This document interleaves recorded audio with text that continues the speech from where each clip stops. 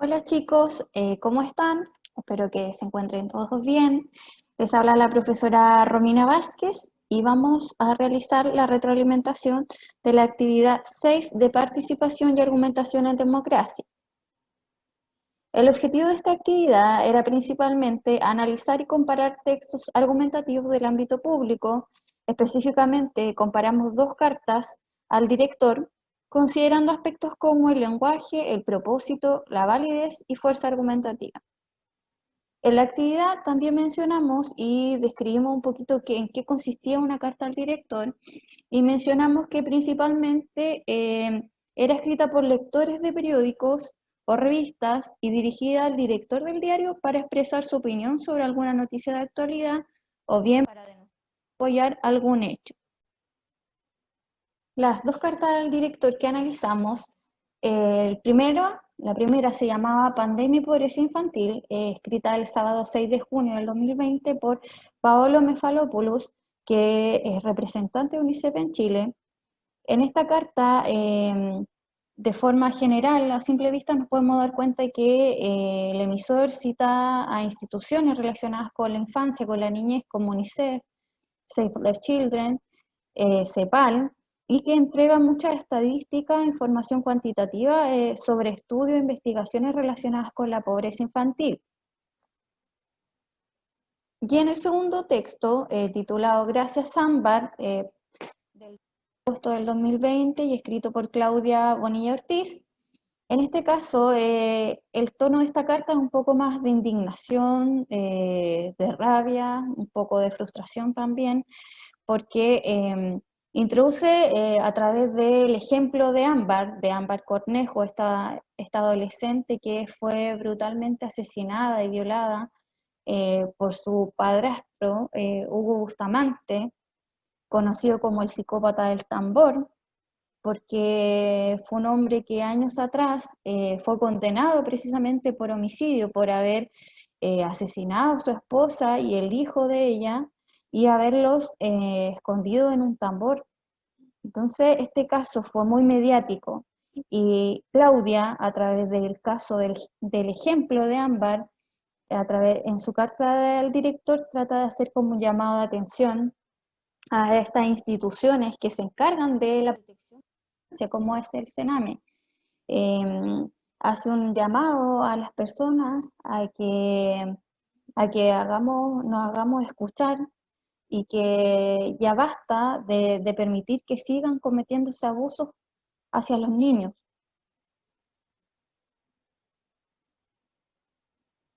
Lo primero que tenían que hacer, luego de leer comprensivamente las dos cartas del director, era completar un cuadro comparativo que incluye información de ambos textos.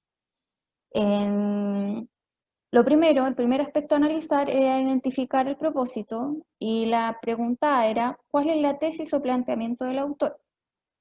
Y ahí mencionamos que la tesis es la opinión, la perspectiva, el planteamiento que tiene alguien sobre un determinado tema.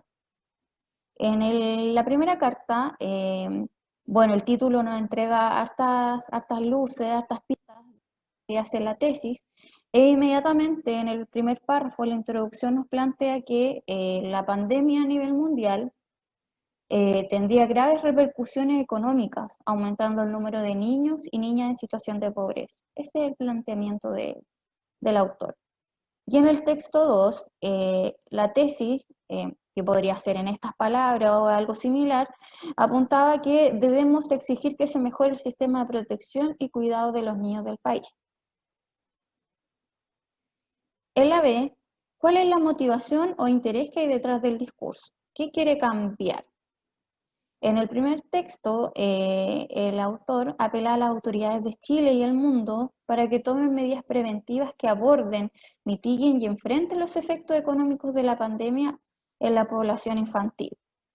Y en el texto 2, Claudia incita a los lectores, a los ciudadanos, a no guardar silencio frente a los abusos cometidos y a exigir a las autoridades que mejoren el sistema de protección infantil. En este caso, Claudia, en los últimos dos párrafos, es explícita frente a esto, frente a su planteamiento. La pregunta C, ¿qué soluciones o propuestas formula el autor para remediar la o las situaciones planteadas? Debían nombrar dos en cada uno de los textos. En el caso del primero, Paolo nombra varias soluciones y como él se supone tiene bastante conocimiento sobre el tema, son soluciones que plantea que están bien formuladas con bastante información de por medio. En una de ellas, por ejemplo, era ampliar rápidamente y a gran escala los sistemas y los programas de protección social, tales como las transferencias en efectivo, la alimentación escolar y las prestaciones por hijos a cargo. Consolidar un sistema de protección integral de la niñez que garantice la progresiva erradicación de la pobreza infantil, el bienestar de los niños y adolescentes y el pleno ejercicio de sus derechos. Esas eran algunas de las soluciones que planteaba el emisor. Y en el caso de la segunda carta al director, Claudia planteaba tomar conciencia sobre los mandatarios que escogemos para que nos representen y exigirles cumplir sus promesas. La dos, que no exista libertad condicional, ella le llamaba perdonazo, para los homicidas, y ella que los mencionaba como enfermos que se esconden en las cárceles. Por eso es que también citaba el caso de Ámbar Cornejo, porque efectivamente a su homicida, Hugo Bustamantes, le dieron la libertad condicional y no cumplió todos los años que debía tener por cadena perpetua y por homicidio los años anteriores. La segunda parte del cuadro comparativo tenían que describir el lenguaje empleado, mencionar si era un registro oculto, inculto, formal o informal, y eso yo se lo expliqué un poquito en el video anterior. En el caso del primer texto, si se emplea un registro oculto formal, pues se apega a las normas cultas de la lengua, se emplea una correcta sintaxis, o sea, se estructuran las oraciones y las palabras dentro de la oración de forma correcta, se utiliza un vocabulario bien empleado, utiliza expresiones técnicas como, por ejemplo, Sistema de Protección Social Reforzado de Emergencia, CEPAL, UNICEF, Save Our Children. Esas son, por ejemplo, instituciones que quizás no todas las personas logran identificar o no todas las personas conocen, pero específicamente él tiene conocimiento porque es representante de la UNICEF en Chile. Y en el caso de la Carta 2, se emplea un registro también culto formal, que se apega a las normas cultas de la lengua, sin embargo, en ocasiones emplea términos coloquiales como perdonazos y enfermos que se esconden en las cárceles para referirse, bueno, a todos los homicidas, violadores, a las personas que están en situación similar como a Hugo Bustamante. Y la última parte de la tabla decía, tenían que verificar la solidez y fuerza del discurso, o sea, comparar cuáles eran los argumentos que empleaban en cada una de las cartas al director. Tenían que identificar dos en cada caso. En el caso de la primera, del primer texto, uno de los argumentos que mencionan para defender su tesis es que las dificultades económicas que están enfrentando las familias a nivel mundial podrían revertir años de avance en la reducción de la pobreza y privar a los niños y niñas de los servicios esenciales. Y el segundo argumento es que, según proyecciones de CEPAL, la pobreza podría aumentar de un 8,6 a un 13,7%, lo que significa que habrá 1 millón más de personas viviendo en situación de pobreza en el país. Todos estos argumentos los emplea para de alguna forma respaldar que a nivel mundial la pandemia va a generar graves consecuencias económicas, sobre todo en los niños y niñas de todas partes del mundo. Y en el caso de la Carta 2, uno de los argumentos entregados son para defender que debemos exigir que se mejoren los sistemas de protección y cuidado de los niños del país, es que las instituciones no funcionan como deberían. Son lentas, no llevan un estudio real de si una familia o una menor que pasó hace años por ahí logró no establecer las condiciones y mejorar las relaciones de esos niños con su entorno. Ese es un argumento basado en hechos. Y el otro argumento empleado se basa más en valores.